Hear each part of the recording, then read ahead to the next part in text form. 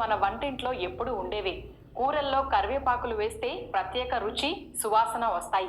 కొంతమంది తినకుండా పక్కన పెట్టేసే ఈ కరివేపాకుల ప్రయోజనాలు తెలుసుకుంటే ఇక వీటిని వదలరు.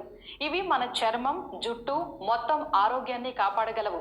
అందుకే కూరల్లో వేసుకోవడంతో పాటు కొన్ని కరివేపాకుల్ని ఉదయాన్నే ఖాళీ పొట్టతో తింటే మేలు. మొదట్లో కాస్త చేదుగా అనిపించినా రాను రాను అలవాటైపోతుంది. ఇలా చేయడం వల్ల మన శరీరానికి ఎంతో మేలు చేసినట్లవుతుంది. ఎలాగో తెలుసుకుందాం. జుట్టు రాలిపోతున్న వారు ఇలా చేయాలి. ఉదయం నిద్ర లేవగానే ముందుగా ఓ గ్లాస్ మంచినీరు తాగాలి. కొన్ని నిమిషాల తర్వాత ఓ 4-5 కరివేపాకుల్ని నోట్లో వేసుకుని కరకర నమిలేయాలి. ఆ తర్వాత అరగంట పాటు ఏమీ తినకుండా ఉండాలి. కరివేపాకుల్లో vitamin C, phosphorus, iron, calcium, nicotinic acid ఉంటాయి.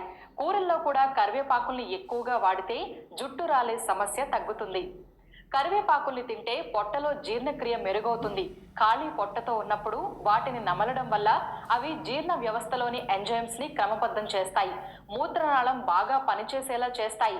మలబద్ధకం సమస్య తీరుతుంది. కొంతమందికి ఉదయం లేవగానే బద్ధకంగా, వికారంగా ఉంటుంది.